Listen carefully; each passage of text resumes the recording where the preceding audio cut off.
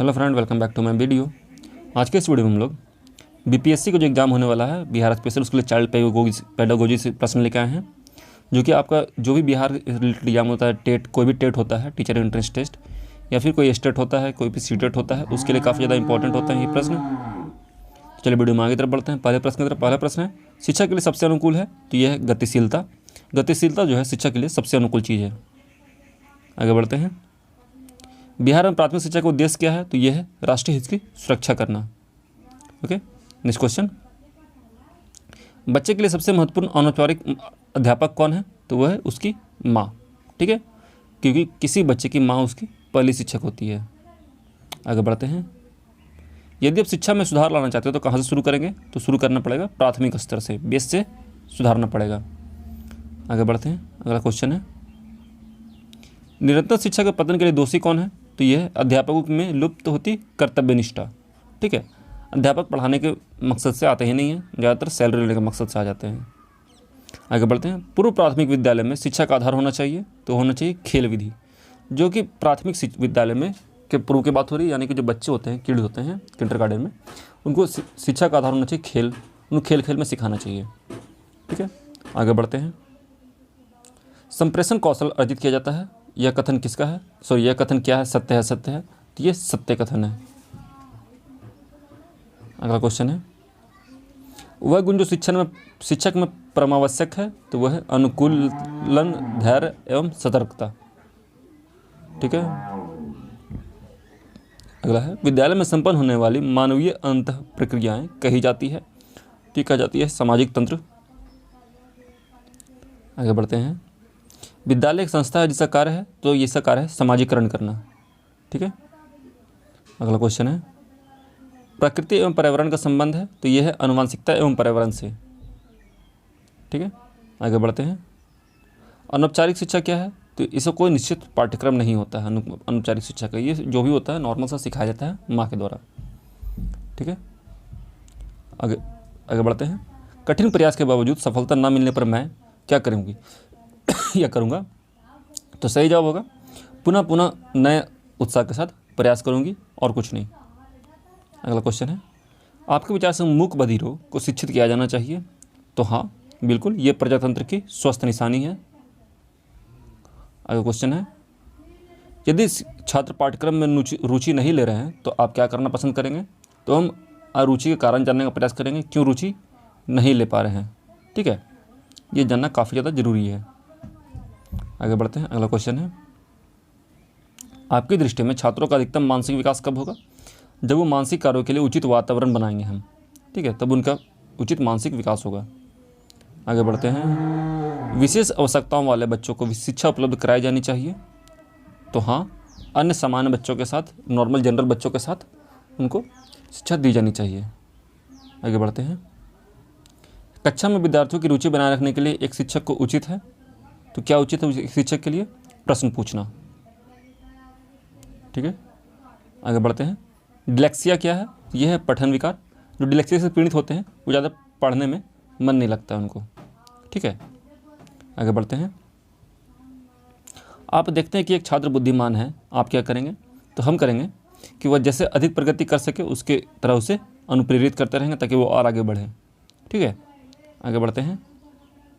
समन्वित शिक्षा की सफलता निर्भर करता है, तो पाठ्यपुस्तकों की उत्कृष्टता पर।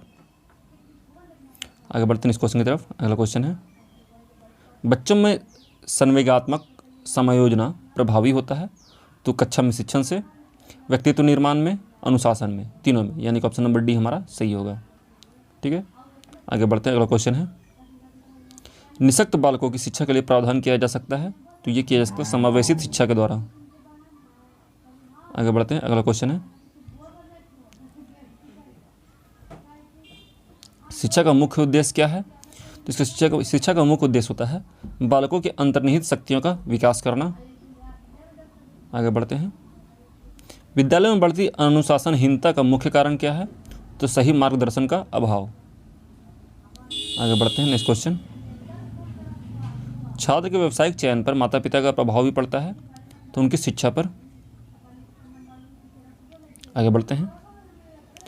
बच्चों की रचनात्मक प्रतिभा किसमें दिखती है, तो अलग अलग हटकर सोचने की क्षमता में। नेक्स्ट क्वेश्चन है,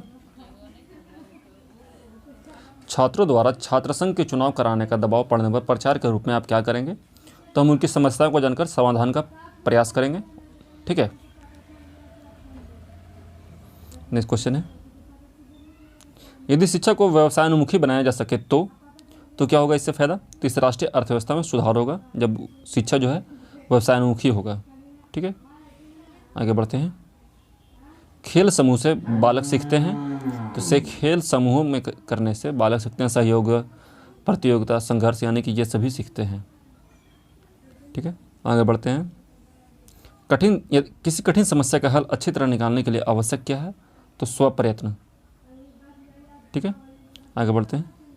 नेक्स्ट क्वेश्चन है, छात्रों का निम्नलिखित में से किस तरह से सही मूल्यांकन संभव है? तो जब उनका मूल्यांकन प्रति माह हो, प्रति साल की जगह, प्रति वर्ष की जगह। अगला क्वेश्चन है, शिक्षक होने के नाते आपका हड़ताल के बारे में विचार है? तो पहला चीज़ कि शिक्षक होने के नाते हड़ताल जो है वो शिक्षा की गरिमा के खिलाफ होता है। ठीक है, अगला क्वेश्चन है, यदि एक प्रखर बुद्धि बालक यदि कक्षा में अनुशासनहीनता कर रहा हो तो आप क्या करेंगे? यदि तो हम उसकी समस्या को समझने का प्रयास करेंगे, वो अनुशासनहीनता क्यों कर रहा है। ठीक है, प्रखर बुद्धि बालक का मतलब है कि वो थोड़ा सा तेज विद्यार्थी है कक्षा में। ठीक है, अगला क्वेश्चन है, ये आपकी कक्षा के कुछ छात्र समाज सेवा से जी चुराते हैं, एक शिक्षक के प्रति आप क्या करेंगे? तो हम उनको शारीरिक श्रम करने की प्रेरणा देंगे। ठीक है, आगे बढ़ते हैं। कमज़ोर विद्यार्थियों के शैक्षिक स्तर को आप कैसे ऊपर उठाएंगे? तो अतिरिक्त समय देकर, एक्स्ट्रा क्लासेस। अगला क्वेश्चन है, श्यामपट्ट को शिक्षण साधन सामग्री के किस समूह में अंतर्भुक्त किया जा सकता है? तो इसको दृश्य साधन, दृश्य श्रव्य साधन या श्रव्य साधन, तीनों में हम लोग काउंट कर सकते हैं, यानी कि ऑप्शन नंबर डी हमारा सही जवाब होगा। आगे बढ़ते हैं इस क्वेश्चन की तरफ। अगला क्वेश्चन है, निम्न में से कौन शिक्षण अधिगमन पर स्तर नहीं है, का स्तर नहीं है? तो यह है विभेदीकरण। विभेदीकरण जो है वो शिक्षण का अधिक स्तर नहीं है। आगे बढ़ते हैं। अगला क्वेश्चन है, शिक्षा का सत्तावादी स्तर है, तो यह शिक्षक केंद्रित। नेक्स्ट क्वेश्चन है, मनोचित्रण का संदर्भ है, तो मन के प्रकार का अन्वेषण। आगे बढ़ते हैं, मानवीय मूल्यों जो प्रकृति में सार्वत्रिक है के विकास का अर्थ है, तो यह अभिव्यक्ति। नेक्स्ट क्वेश्चन की तरफ बढ़ते हैं। अगला क्वेश्चन है, विद्यालयों में विद्यार्थियों को कैसे अभिप्रेरित करना उचित है? तो गहन अध्ययन के द्वारा। नेक्स्ट क्वेश्चन है, आपकी कक्षा में एक छात्र देर से आता है तो आप क्या करेंगे? तो हम कारण जानने की चेष्टा करेंगे। ठीक है, अगला क्वेश्चन है, श्यामपट्ट पर लिखते समय सबसे महत्वपूर्ण क्या है? तो अच्छी लिखावट, ये सबसे इंपॉर्टेंट चीज़ है। आगे बढ़ते हैं। अगला क्वेश्चन है, जब एक विद्यार्थी असफल होता है तो समझा जाता है कि यह व्यक्तित्व असफलता है, यानी कि सभी लोगों का असफलता है। ठीक है, शिक्षक का भी और टीचर स्टूडेंट का भी। ठीक है फ्रेंड, आज की वीडियो में इतना ही। हम लोगों ने लगभग 45 प्रश्नों किया है, जो कि बिहार टीचर एग्ज़ाम या फिर कोई भी टेट या फिर स्टेट के लिए काफ़ी ज़्यादा इंपॉर्टेंट है। मिलता है आपसे नेक्स्ट वीडियो में। अगर आपको वीडियो अच्छा लगा तो प्लीज़ वीडियो को लाइक कर दीजिए, उसके चैनल को सब्सक्राइब कर लीजिए इस टाइप के और भी वीडियो के लिए। मिलते हैं नेक्स्ट वीडियो में। जय हिंद, जय भारत, अपना ख्याल रखिएगा। Finally thanks for watching.